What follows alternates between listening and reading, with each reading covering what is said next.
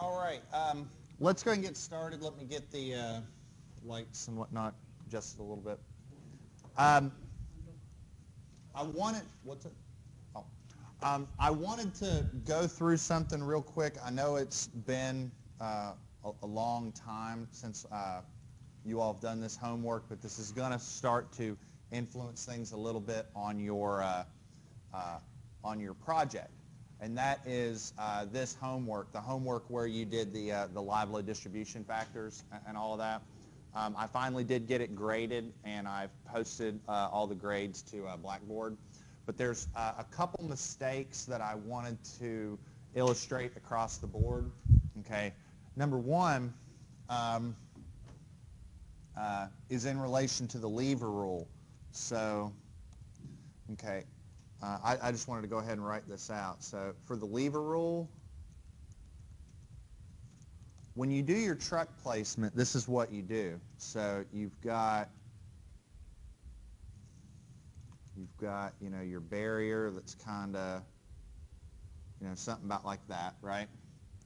And it's going on. Okay, you're going to have a truck that has half of its wheel right here and half of its wheel right here, right? So this is a half and this is a half, okay? When you place that truck on the bridge, you place it so that this distance is 2 feet or 24 inches, okay? This location is independent, in terms of where the exterior girder is. You could have the exterior girder there. It could be here. It could be anywhere. I think what a lot of people were doing, hold on. I think what a lot of people were doing is they were placing this half that truck. They were placing it right where the I-beam was. Okay. So this distance right here didn't end up being 2 feet. It was like 30.5 inches or something like that. Now, this truck is always placed 2 foot from the barrier. What ended up happening in the example that we did in class is 2 feet from the barrier just so happened to put that load right under that exterior girder. So this load is always 2 foot from the barrier, and it's independent of where the girders are. It doesn't really matter. Okay, does that make sense? Everybody have a question? Any questions about that? Okay, now the other thing I will point out is the distribution factor for deflection. Okay, so this bridge had 3 lanes, okay, and it had, I think it was 5 beams. Wasn't that the case? I think it had 5 beams and 3 lanes. Okay, and what a lot of people did is they said, okay, the distribution factor for deflection is the multi-presence factor times, 3 over 5, which is 1 times 3 over 5, which is 0.6. Okay, and that's wrong. And the reason why is this. Okay, your multi-presence factor for 3-lane loading scenarios isn't 1, it's 0.85. Okay, so your answer to this was 0.85 times 3 over 5, and I think it was something like 0.4 something like that. Okay, that's the 2, I think, big mistakes that kept popping up. See, this lever rule analysis, if this was incorrect, it affected all your moment and shear distribution factors for 1-lane loaded exteriors. So that it wasn't a big deal, but it did pop up here and there. And the only other thing I would point out, which I think this was a mistake in the lecture notes on my part, so I didn't take off any points for it, but I'm going to pull this up real quick. So, okay, so if you go to here, you have moments and shears and whatnot, okay, and you have to distribute those. Now, case 1 and case 2 was 1.33 times the truck plus the lane and 1.33 times the tandem plus the lane. I had a mistake in my when I did this in class, and I think I put a comment on the video, but if not, no big deal. I didn't take off any points. But this is 90% of 1.33 times the double truck plus the lane, The same thing was true here. It was 90% of 1.33 times the double tandem plus the lane. When I did this in class, I think I was in a hurry and I kind of forgot that 0.9. And a lot of people, when they were doing their homework, were following the video and they didn't put the 0.9 either. So that was probably a little on me, so I didn't take anything off for that. But all in all, that was it. Other than that, I think everybody was pretty straightforward and did pretty well on it. So let me say changes to that. So I know it's been a little while, but does anybody have any questions about any of this? Because this stuff is going to start to creep up again, because with your design project, I mean, think about how this design project is going to go. You need to size a girder such that the resistance is larger than the loads. Well, in order to determine the loads, you need the section properties, you need the dead loads, you need the live loads, which means you need all of this. So this stuff is going to pop back into the fray. So I wanted to see if anybody had any questions or if you're all good. Mm-hmm. Eccentricity, which eccentricity? Oh, the E value. Yeah. That's very possible. Okay, a couple things. Let me answer that in a little bit of a larger context. Okay. Let me extend this. So the question was, can you get an eccentricity that's negative? And the answer is yes. Now for the lever rule, what you can have is this. So let me draw this out a little longer. Okay, so let's say you're doing a lever rule analysis. So here's your barrier and here's your deck. So you're going to have your truck placed somewhere about like this. Okay, so here's this and here's that. Okay, so let's say this is 1/2 and this is 1/2 and this is 2 feet from here to here, and this is 6 feet from here to here. Sound good? Now, it is possible when you look at your girder layout that you have a girder layout that looks something like this, that you have, you know, an I-beam here, and then you might have an I-beam that's here, okay? So this second point load, this second half of the truck actually falls outside, okay? Now, the way that you handle that is, you know, keep in mind what you're doing. You're turning this essentially into a roller, you know, right there, and this is kind of a hinge, right? So what you're doing with the deck right here is you're doing this. So you know, you've got a situation that looks like, you've got a situation that looks kind of like that. And you've got that, and then here's your hinge. Make sense? So if you've got this situation with the lever rule, the question, well, are you going to get a negative eccentricity for this load? Well, yeah. But I guess the bigger question is, if you're assuming that this is a hinge and putting this truck on here and trying to figure out this reaction, I guess the bigger question is, do you even consider that load? And the answer is no. So you would just look at the dimensions and say, okay, this wheel is going to go on this side, and if I'm trying to determine this reaction, I'm not going to worry about it. So in this regard, you would just disregard that. Okay, now that's for the lever rule. For for special analysis, it's a little different, because for special analysis, you're looking at the whole bridge rotating. So this, I believe, had 3 trucks on it. I think there were 3 times you did special analysis. So you might have something that looks like this.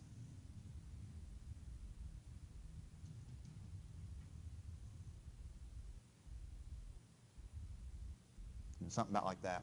And I think there were 5 beams. There was something like this, something like that, like that, something like that, something like that. Okay, so the center of those girders, you know, falls kind of like that, right? And you're measuring those eccentricities from that center line of the pattern of girders. So your first truck might be, you know, right here. So like here's your first truck. This is truck 1, right? So the distance from here to here, that's E1. Make sense? Okay. E2 is going to be similar. You know, you're going to have a truck right here and a truck right here. So that's truck 2, and then maybe I ought to squinch it up a little bit. That distance right there, that distance is going to be E2. Make sense? Now both of these are taken as positive because the idea is that in special analysis what you're doing is we're really focused on looking at that girder right there. So we're trying to determine, you know, what's the reaction here with these trucks. Now it's very possible for your third, you know, your third lane, your third truck, that you might have a truck that's somewhere over here.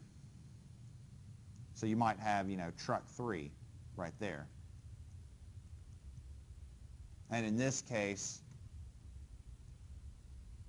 that would be your E3, but it would be negative. Does that make sense?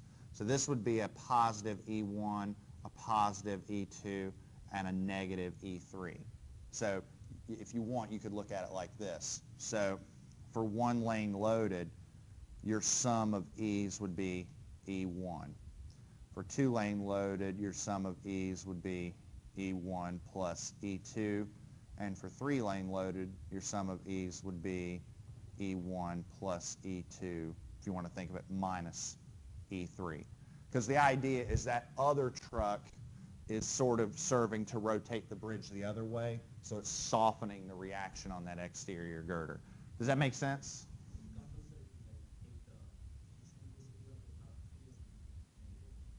Well, that's basically what I'm saying here. No, because what you're doing in this circumstance is you're trying to assume that the whole cross section rotates. So you've got to consider it. I mean, I guess the worst case scenario would be considering that it's 0, but you're kind of already doing that here. You see what I mean? Because in the 2 lane loaded scenario, it's not there. Does that make sense? So you've kind of already considered that. Now, let me also say this. I mean, let's also get practical about it. If I go through and do all of these, I mean, what's the point of doing, you know, this analysis, and this analysis? The point is to get a distribution factor, right? So I'm going to get a distribution factor here, I'm going to get a distribution factor here, and a distribution factor here. And the point is, when you're doing the design, to use the largest one.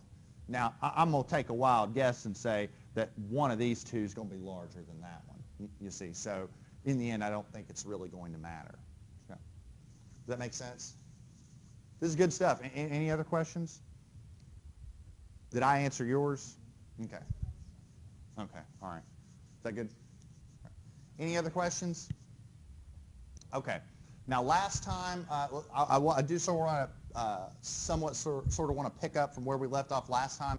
Last time, if you recall, we had a marathon of calculations that we did, and we were calculating values after values, and it seemed like it never ended. Well, I want to use that stuff today with a little bit of purpose, okay? So all that crap that we calculated last time, I want to make sure that it makes sense.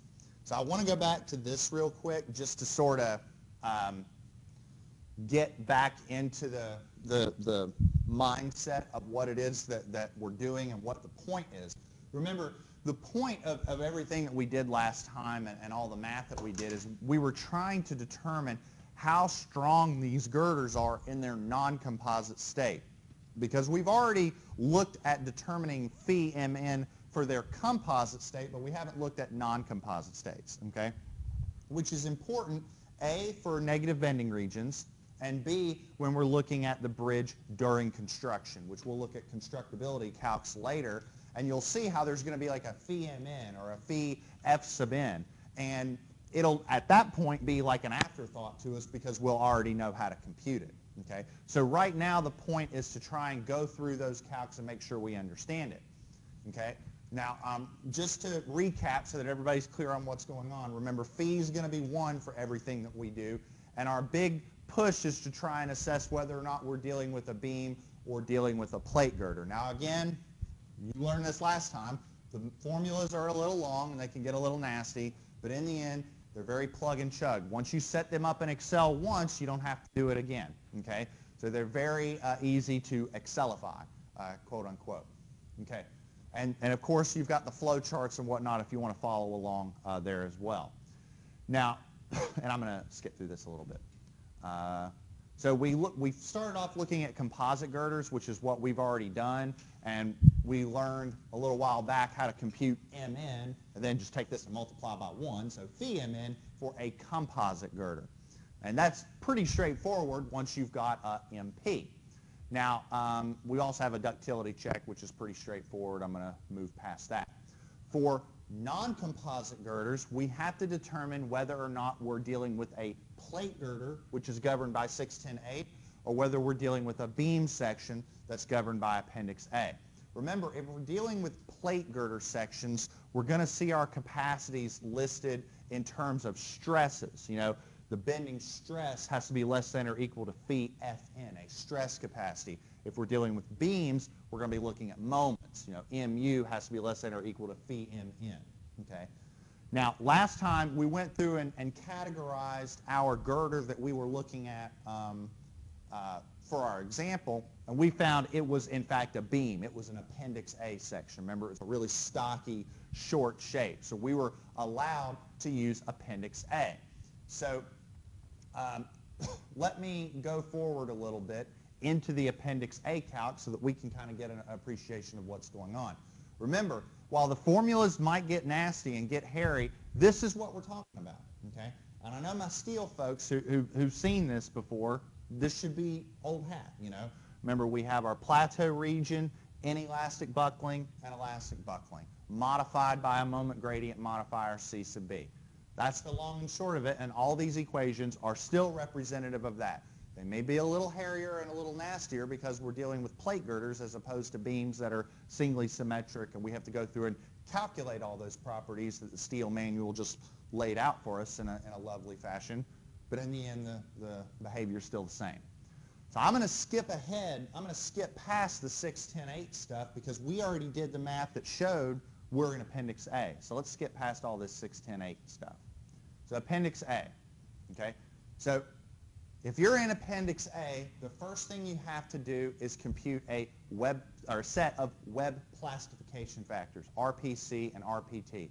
Basically, they are a measure of how much you can get above My, the yield moment, okay? Now, the way that you compute those is as follows. The first thing that you do is you compute a bunch of starting values. But take a look at all this. We've got web slenderness. Remember this? Lambda P sub WD sub C, lambda P sub WD sub CP. This is the stuff that we grunted through last time, the stuff we've already computed, right? Remember, we went through and did all these calcs over and over again. That was the point, so that all this stuff, all this grunt work was done and over with, okay? So the idea is this. Now we can start making some decisions.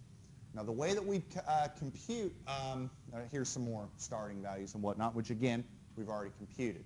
Now, here's the deal. We look at our web slenderness, and we compare our web slenderness to this limit, this plastic web slenderness limit. And the idea is if we have a fairly stocky web, then the idea is theoretically we could hit MP. If not, it's a linear fit away off of MP, you know, a linear interpolation off of MP. Plug and chug, okay? Look at a lot of these values going into this. Lambda PWD sub C, lambda PWD sub CP. We've already computed all of this. That was the whole point from what we did last time. Make sense? So hopefully there's a little bit of purpose behind all that crap that we did last time. Okay. Now, once you've got your web plastification factors, we have two limits we're going to assess. Local buckling of the flange and LTB of the whole shape. Local buckling of the flange, we have a number of starting values we got to do. Again, we've already computed all this intro stuff, all these starting values.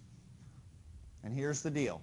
Local buckling of the flange is guarded by, or is predicted by the web plastification factor times the yield moment if you've got a fairly stocky flange. If not, linear fit off of that. And again, all those values we've already taken care of. For lateral torsional buckling, very similar. Okay? We need our unbraced length, which is where our cross frame spacing. We need the moment gradient modifier, which we already did all that, and I posted that calculator that could do that for you. C sub B for this unbraced length that we did was 1, okay? And if you want to be conservative, C sub B can be taken to be 1 across the board. I don't recommend it. You know, all C sub B is going to do is take your capacity and make it larger. So if a little bit of math can increase your capacity, you use it. That's what it's for, okay? Now we need our anchor points for the LTB curve, which we've already computed, reduced yield stress, and all of our properties. Again, that was the whole point of all that grunt work we did last time. We already computed all of that. And here's the long and short of it. This equation that you're seeing right here, this right here is that, okay? A plateau region, linear hyperbola, okay? Zone 1, Zone 2, and Zone 3 for LTB. Let me go back to that slide. Here you go. Plateau region, a constant capacity, which this is essentially MP or close to it. MP, a linear fit off of MP, or your LTB expression. And this expression, I mean, anybody who had me for steel design should know, that should be somewhat familiar from steel design. All right. And that's it, okay? So I know last time seemed like a marathon, but the idea was to do all that grunt work, okay? So let's go back through that just so everybody's clear on what we did, okay? So now, the big thing in this calculation that you have to keep in your head is we're looking at non-composite capacity, okay?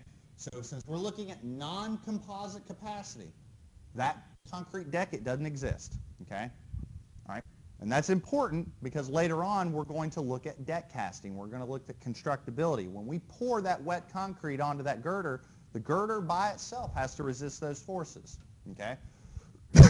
Now, here's our dimensions for our girder and positive bending, and here's our section properties that we know how to compute. The first thing that we did is we determined whether or not if A6 applies, Appendix A, which we found out it did. It was a pretty rote calc, and then we got into it. First thing we needed were elastic section properties. Remember, our section modulus comes directly from the spreadsheet that we did way back in the beginning. So we can get yield moments. Yield moment for the compression flange, yield moment for the tension flange. Quick pop quiz. If you're going to do any calcs that reference MY, which one do you use, MYC or MYT? The smaller one. There we go. All right. Got everybody on that. We need plastic section properties, so we've got to compute MP. We can use that same appendix, but remember we set not only the rebar terms equal to 0, but the slab term equal to 0 as well because there's no slab. Once you get that, very plug and chug, go through that, we get MP. Now, D sub CP is the depth of the web in compression at the plastic moment, which for this case is Y bar, and it comes out to be 31.857. Again, all non-composite. Then we've got remaining properties, okay? And I know this seems like a laundry list of stuff, but in the end, it's all plug and chug. So we went through, let me scroll through all this. So we went through and computed R sub T, which is the radius of gyration for lateral torsional buckling. We computed this reduced yield stress to account for residual stresses in the section after welding. We computed J, which is our torsional constant. H, which is the distance from the center of the top flange to the center of the bottom flange. Think of that as kind of a moment arm between those two flanges. Our anchor points, L sub P and L sub R, those are the anchor points for that LTB curve. Remember, when you do LP calcs, go through and plug and chug, they're going to come out in inches. So make sure you convert if you need to. Either convert your cross frame spacing into inches or convert these into feet. It doesn't really matter as long as you're consistent. We computed a host of slenderness limits, slenderness limit for the web, anchor points for the web slenderness, R sub W and P sub W.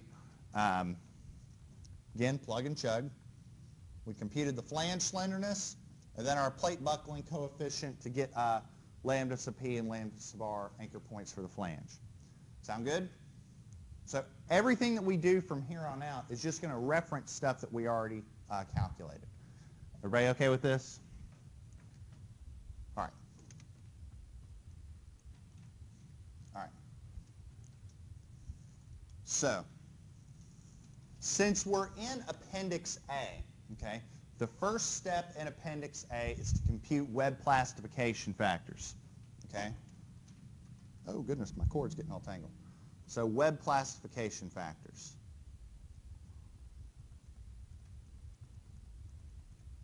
So I'm going to need y'all's help on this to ensure I'm pulling all the right values. Oop.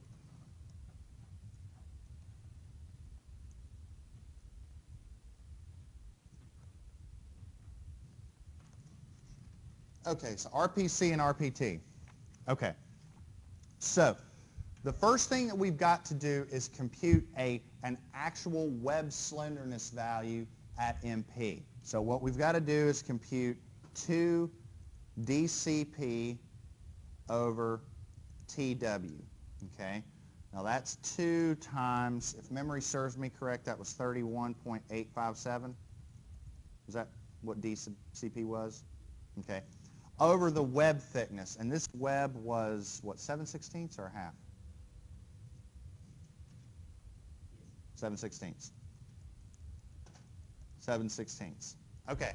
When you plug and chug, that gives you a web slenderness of about 145.63. Okay. So that's a measure of how slender that web element is at MP, if you want to think of it like that. Okay? Now I'm going to compare that against the limit. Okay? Now the limit is lambda sub PW at DCP. But guess what? We already computed that. And if I remember, we computed that and we got a value that was like 64.28. Does that make sense? Isn't that what we got? Or 64.284 or something like that? What did we get? 284. All right. Make sense? Okay. So we use these to make a decision as to how we compute our web classification factors. So if you think, this is a measure of web slenderness, this is our limit. So we're not really dealing with a super stocky web in this scenario. It's much more slender than the limit. Does that make sense? So we're not able to get all the way up to MP. We've got to back it down a little bit.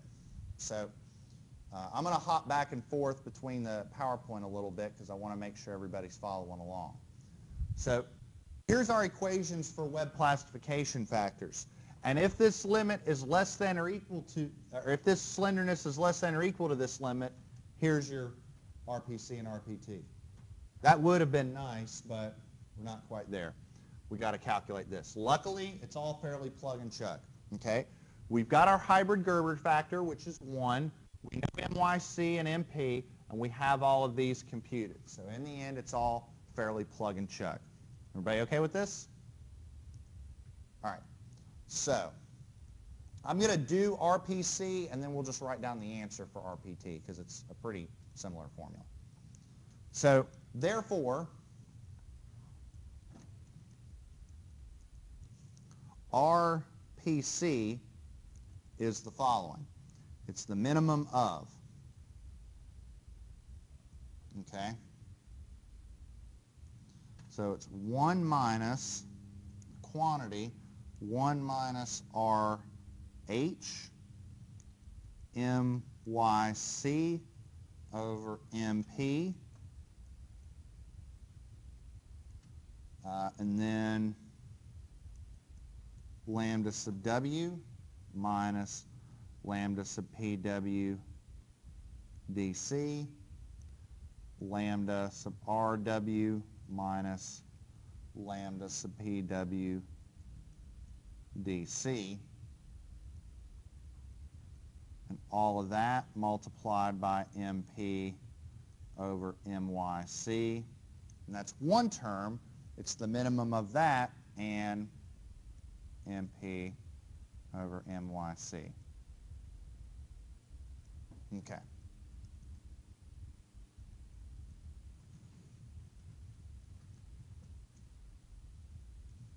So 1 minus. 1 minus. I promise that's not a typo. Okay. Our hybrid girder factor is 1.0. Our MYC, what was MYC? Does anybody remember that?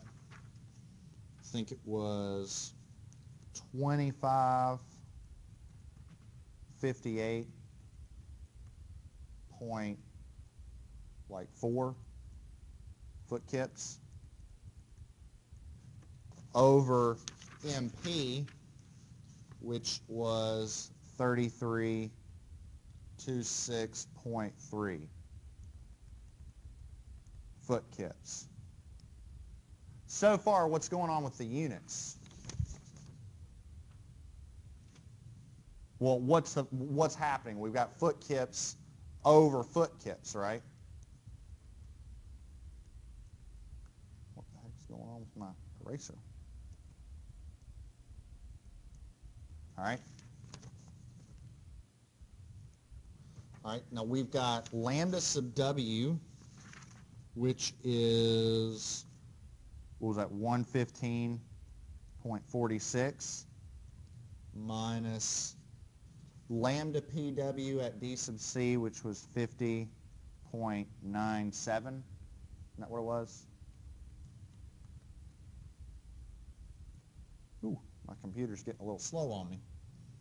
And then lambda sub RW, 137.27 minus 50.97. So notice what's happening with the units. Everything's canceling. All right? And then we have MP over MYC, which is 3326.3 foot kips. And then we have 2558.4 foot kips. So all of that will give you a quantity. The other term is just 3326.3 foot kips, and then 2558.4 foot kips. So it's going to be the minimum of all of this, and then all of that. So what does the blue term come out to be? What's the first one? 1.0158. Is that what you got? 0.75. So maybe 0, because it's 0.758, maybe 0.76. Something like that. And then what's the other term come out to be?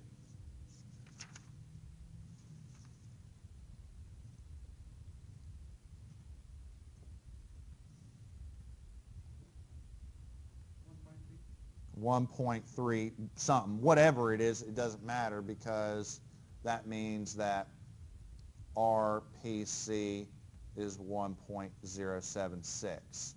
Make sense? Now, RPT is calculated the exact same way. Instead of dealing with MYCs, we deal with MYT. So it's literally the exact same thing. If you go through and do the math, you're going to find that this comes out to be 0.90. So if you want, I can go through the exercise, but literally replace your MYCs with MYTs and plug and chug. Everybody okay with that? All right. Any questions? Not too bad. Okay. So what this is telling us is that our compression flange is able to get above MY a little bit, about 7% above MY in the worst case scenario. That might not seem like a lot, but when you're talking about some of these substantial moments, every little bit helps. Okay, so again, if all it took was a little bit extra math and you could shave, a 1/4 of an inch of flange thickness, that's going to save you some money. do it. So, okay. All right. Okay. So we've got two capacities that we've got to assess. The first one is compression flange capacity in local buckling. So let's see, compression flange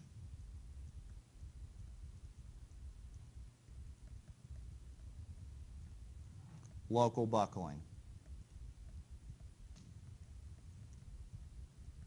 All right. So what I want to do is I want to pull three numbers. Okay. I want to pull lambda sub f, and then I want to pull lambda sub pf and lambda sub rf. So you all do a little bit of digging. You tell me what each of these values are.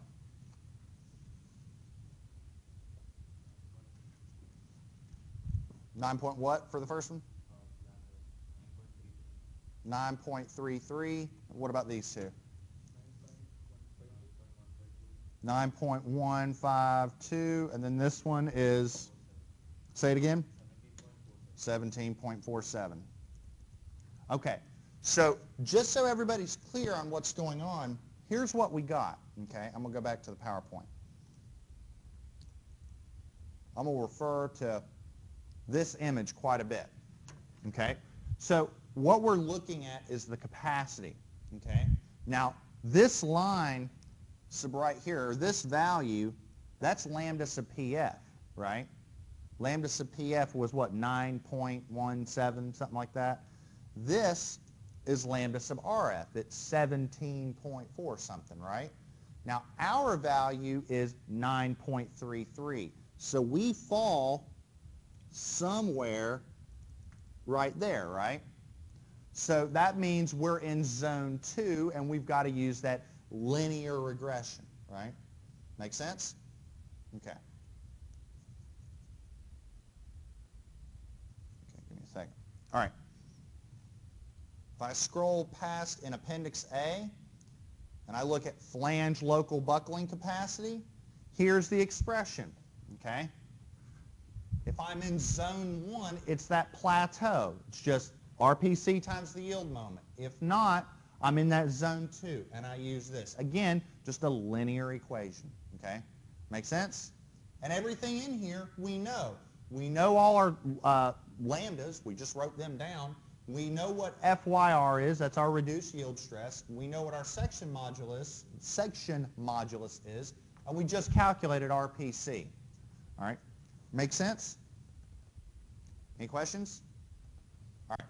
So with that, this is a pretty basic calculation now that we've got all the stuff that goes into it. Okay? So I propose we're in that second range, and therefore the nominal moment capacity in compression, and if you want to put flange local buckling to indicate we're looking at the local buckling capacity, is the following. Okay? It is 1 minus a fraction. That fraction is FYR SXC over RPC times the yield moment. I might have to jump to another sheet here because I'm starting to cut out on this one. I think this set of calculations just got too long for this computer to handle. Lambda sub f minus lambda sub pf, lambda sub rf minus lambda sub pf,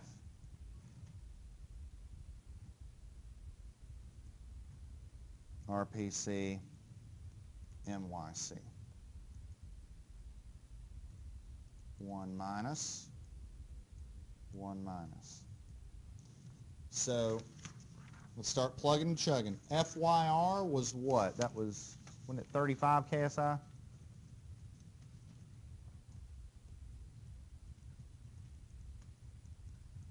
KSI. Now SXC, that was that section modulus, the one on compression, and I think that was 614 cubic inches, right? All right.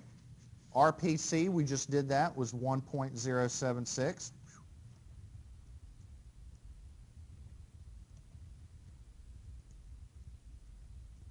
Now, yield moment. What do you think, what's going on here? What value do we need to use for our yield moment?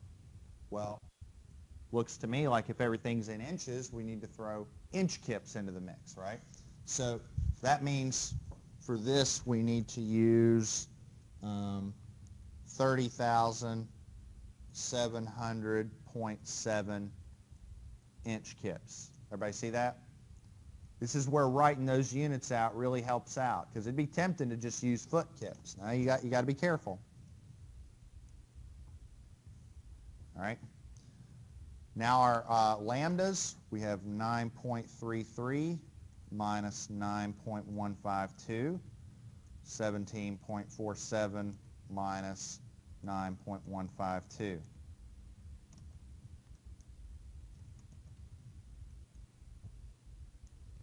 Okay. RPC is 1.076. Now, might seem a little strange, but I'm going to go ahead for my yield moment right here and use 2558.4 foot kips, because inside the expression I needed that to be an inch kip so that everything cancels, but when this is all said and done I still want my answer in foot kips, so I might as well just use that. Now when I plug and chug, I get that the nominal moment capacity for flange local buckling is,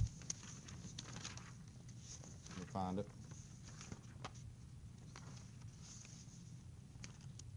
27. There we go. All right, mine came out a little lower. I think it's probably because I was tracking decimals. I got 2731.5, but close enough. Foot kips. Everybody okay with that? All right. Any questions so far? Okay, so that's one nominal moment capacity. We've got to compute the LTB and see which one's lower. All right? So let me go ahead. I need a new sheet just because I'm running out of, it's starting to cut out on me. Okay. So last one, we need compression flange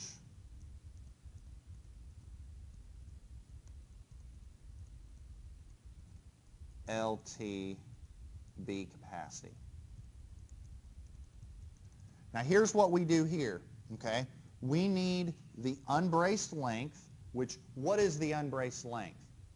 That's the cross frame spacing, right? Anybody remember what that was? Remember,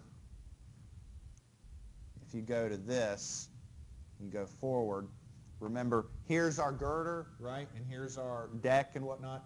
But if you look at the framing plan, remember, here's the abutment, there's the pier, and then there's the other abutment, and we're looking in positive bending, so that cross frame spacing is 20 feet.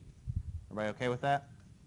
So the cross frame spacing is 20 feet. Now, we need our anchor points, okay? So what's LP and LR?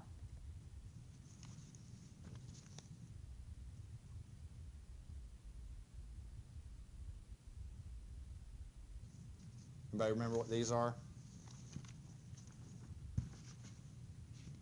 They're in there somewhere. I know we did them.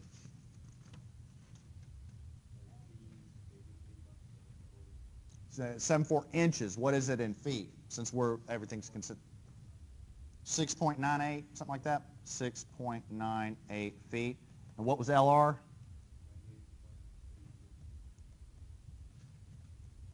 Okay. Everybody okay with this? Okay. So if you look at this, let me go back here to my familiar image. Okay, so look at this. It's the same story, okay? That's LP, right?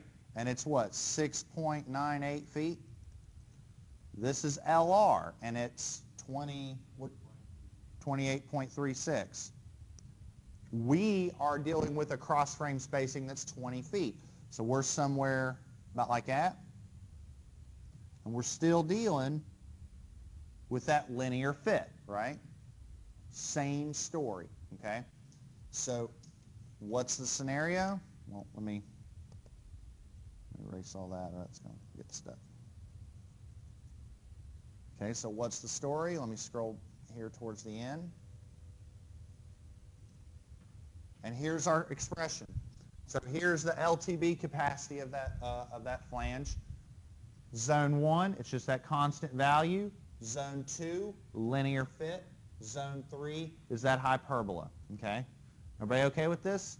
It's the same story. The equations are a little nastier because we're dealing with a singly symmetric section. In the end, it's all the same story though.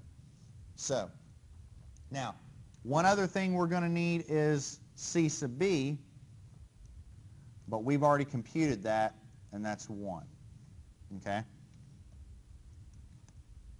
Oh. Okay. So, if you've got C sub B or equals 1, then here's your capacity. See, usually your capacity is as follows. It's usually MNC equals the minimum of C sub B times some formula or RPC MYC. But since we know C sub B is 1, I can tell you that the answer is just going to be whatever this formula is, which in this case is 1 minus FYR SXC over RPC MYC. Again, everything probably should look pretty familiar. The only thing that changes it is we're not interpolating with respect to the flange slenderness values. We're interpolating with respect to those unbraced lengths. So it's, oh, wrong one, getting ahead of myself. LB minus LP, LR minus LP. And usually for an economic design, you want to be in this zone 2. Zone 2 is usually where you get most of your economic designs from.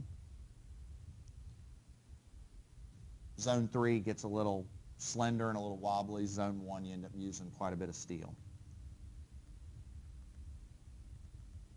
So, and everything you're seeing here, this is that formula that I'm talking about. Usually it's the minimum of CB times all this, or RPC MYC, but since CB is 1, I know this is the case. So 1 minus 35 KSI times SXC, which was 614.01. Then we've got RPC, which came out to be, I think it was like 1.076. MYC was, in inch kips, 30,700.7 inch kips. Now, instead of the flange slendernesses, we're using our unbraced length, so 20 feet minus 6.98 feet, 28.36 feet minus 6.98. This is where the linear interpolation happens right here. And then 1.076 times, what is it? Since I want to have my answer in foot kips, might as well just use 25, 58.4 foot kips. And what I should do is I should put LTB.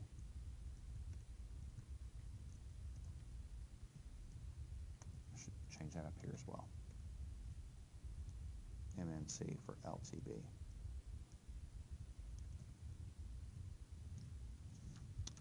All right.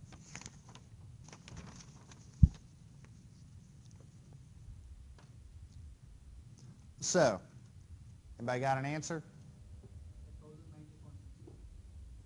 What'd you say it again? 1090.60. See, mine's a little higher. I got 1790, 1790 point. I got this, 1790.8 foot-pound or foot kips. Did anybody get something like that? Maybe it's on my end.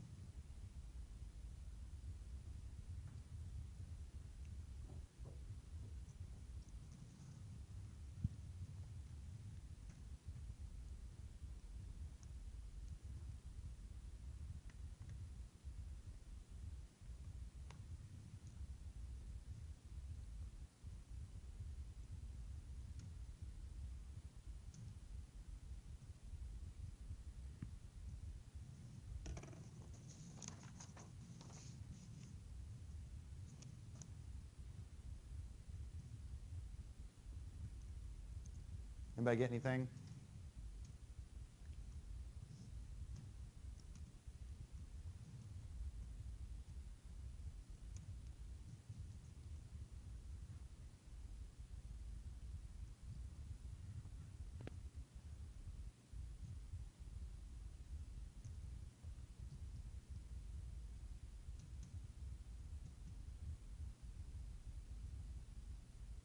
Anybody, you didn't get this?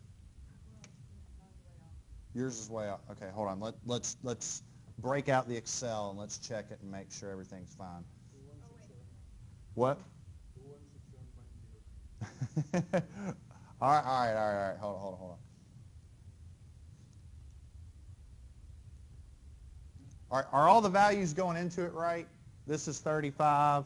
That's 614.01, 1.076. I think all the formulas or the values going into it are right. All right. Let's break the Excel out. Yeah.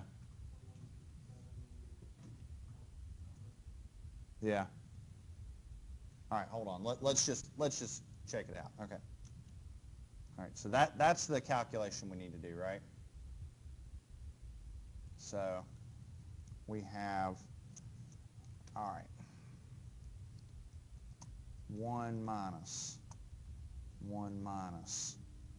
We have a fraction that has 35 times 614.01 divided by another fraction, or divided by a quantity 1.076 times 30700.7.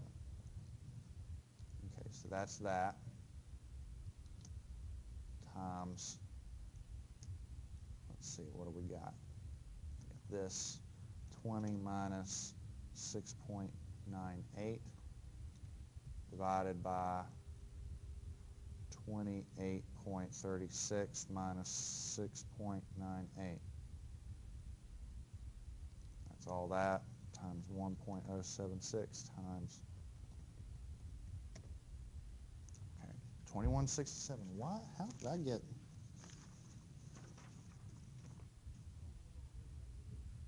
What's that?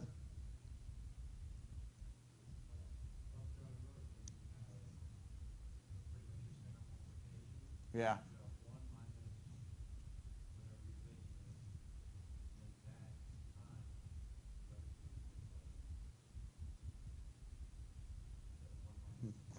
Wait a minute. I think I know what I'm doing. Hold on. Let's do this. I think I'm shortcutting it here. I think that's what I'm doing. Maybe what I should do is be a little more diligent with it because I have the whole thing typed out. What is RPC times MYC? Is that it? No, that ain't gonna be it. That ain't it. Because that's this right here, and that's going to be larger. Okay. What did I do? So, say what you were saying again. Because I've got it typed in right. But, oh no, I don't. I have an error on here. You all are right. This is correct. I'm sorry. This is 2167.0. I'm sorry. You all are correct. 2167. Because on mine, I have a typo. I have that is LB. That was a typo on my part. Whoops.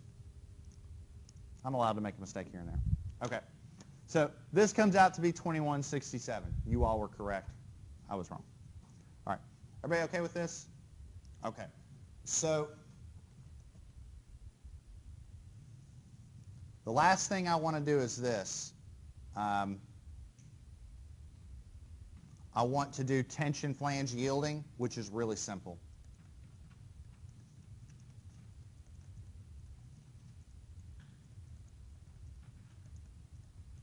All it is the moment capacity of the tension flange is RPT MYT, and that's it. So it's just, this was 0.9 times MYT, which comes out to be, or we already did that, that was 3697.9.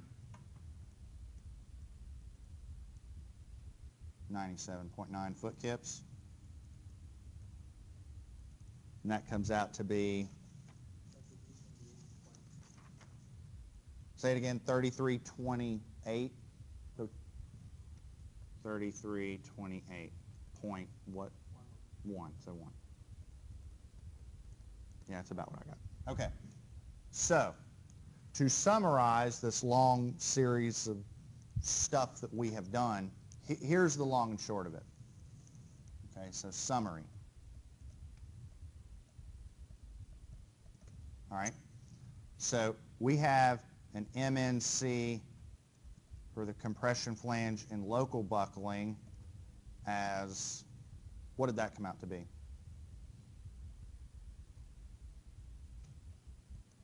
We know what this one is. This one is 2731.5. This one's 2167.0 foot kips. And then MNT was 3328.1 foot kip. All right, so to summarize what's going on, keep in mind that phi is 1, so phi is 1. So to summarize, this is the capacity, this first one, that's the capacity of the compression flange in local buckling. So do you remember that video when we had the girder and we were they were loading the girder and the flanges started to crinkle, by themselves, the flanges started to buckle? I propose that for this girder, that's going to happen at 2731 foot kips. But what's going to happen first is this. The compression flange is going to experience lateral torsional buckling before that happens. So if you want,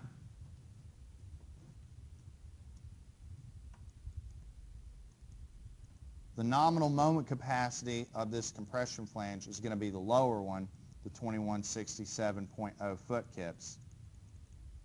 And the capacity of the tension flange is 3328.1 foot kips. So if you want a big answer, if you will, to what we've been doing, it's this. Okay? So what I'm getting at is this. This is sort of the whole point. That girder by itself can resist a moment of 2167 foot kips if what I'm looking at is the compression flange. If I'm looking at the tension flange, it's 3328.1. Now, in actuality, if I start loading this girder, the compression flange is going to fail before the tension flange does. The reason why I'm keeping them separate is because there's different stress checks on different flanges, so you might as well keep it as is. Does that make sense? Now, let me ask you a question. Let's just use our noggins a little bit. Do we think that girders, just in general, should be stronger compositely or non-compositely? Where should we see the larger strength? Compositely, right? Now, I want to take us back a little bit, okay? I want to take us back a couple weeks. All right? Do you remember this when we did the strength limit state and we calculated that, phi mn? Look what we got. We got a phi mn of 6,315, something foot kits, right? Think about that. That is the capacity of the girder in its composite state. And compositely, it can hold up a whole heck of a lot more bending moment than it can non-compositely, right?